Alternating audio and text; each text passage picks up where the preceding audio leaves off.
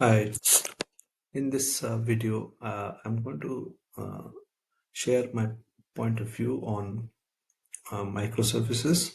Um, the objective of this video is to give a very initial level, high level understanding of what microservices are um, from an architectural perspective. It's meant for beginners who are new to the subject and are trying to understand why we are using microservices in this day and age. So what exactly is microservices and how they have emerged? So microservices, if you loosely define it, it's basically a technique of software application development. Now, this development entails developing a single application as a suite of independently deployable small modular service. Every service controls processes and communicates with each other through a well-defined lightweight mechanism, often as an HTTP resource API to serve a business goal. So microservices are typically built around business capabilities, okay, and are independently deployable by a fully automated deployment mechanism. And they also have a a polyglot or decentralized database, leveraging the principle of polyglot persistence, which means that each services has its own database. uh, what are the key advantages of that microservices? Well, they're independently, you can develop them independently, you can deploy them independently. If there are any faults, you can manage those, you can isolate those faults, and it's also fine grained, and can be scaled depending on the business capability that you're serving. Okay, so for example, if you want more payment services, you can scale the microservices delivering that functionality. And you can, if you want to scale down, let's say the inventory management service, you can deploy the and scale it accordingly, right? So it's an elastic service which can go on up and down depending on the business demand. uh, in Prior to the cloud era, we used to, and we still have, this monolith applications are generally those software applications whose modules cannot be executed independently. So what are the challenges of monolith problems which gave rise to the microservices architecture? So monolith or large size monoliths or big applications are hard to maintain and evolve due to their complexity. Finding bugs requires long perusals through their code base because it's one single code base. Any change in one module of a monolith requires rebooting the whole application. So if you want to make a small little change within one area of your program, let's say you want to make a change in your login application login functionality, then you have to uh, redeploy the whole application completely. So the downtime associated, I mean, especially for large projects where restarting this after a deployment entails considerable downtime, right? And that hinders development, testing, and maintenance of the project and the application at large. Monoliths also limit scalability. The usual strategy for handling increments of inbound requests is to um, create new instances of the same application and to split the load amongst set instances. Okay, and deployment of monolithic application is usually suboptimal due to conflicting requirements on the constituent models resources. Some can be memory intensive, computational intensive, or other ad hoc requirements. Monoliths also represent a technology lock for developments which are bound to use the same language and framework for the original applications. Okay, so these are some of the challenges, and if you had to, provide a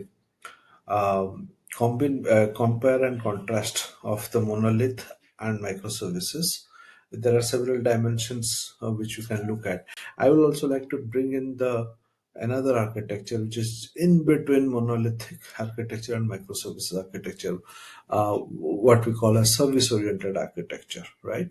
So monolith application was, basic idea was there will be one big built application with one single code base, whereas service-oriented architecture would be an application will be divided into multiple services, and each of these services will be connected to talk to each other by an enterprise service bus. In a microservices architecture, you would have application being divided into small, independent, fine-grained services communicating directly by APIs. In service-oriented architecture, the services are more coarse, and whereas in microservices, they are more fine-grained. In terms of structure, as I said, monolithic application will have a single code base and deployment package.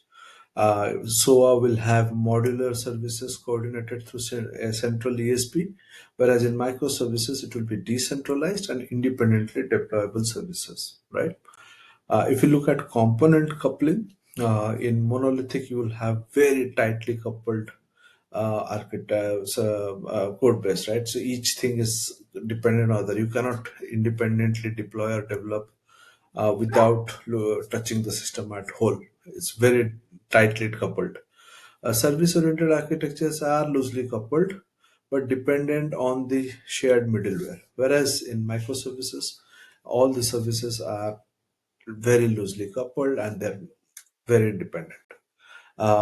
Communication method, monolithic applications use internal function or API calls within the same process. In SOA, you have the SOAP slash XML messages through ESP. In microservices, you use lightweight REST or gRPC or event-based communication.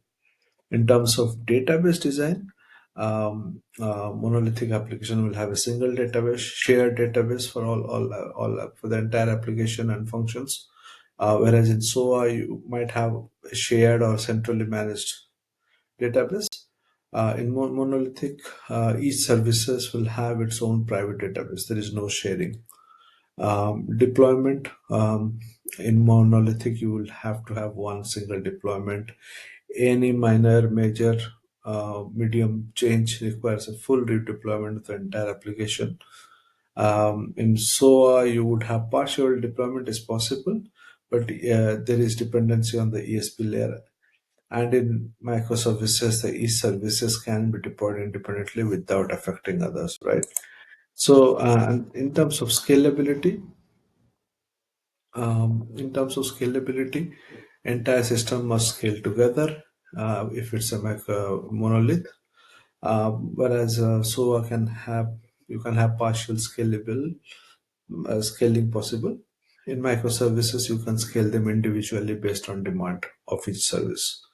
Tech stack, monoliths have usually a single tech stack, whereas microservices will have different tech stack language for each. You can have different microservices written in different languages or frameworks, independent of each other, right?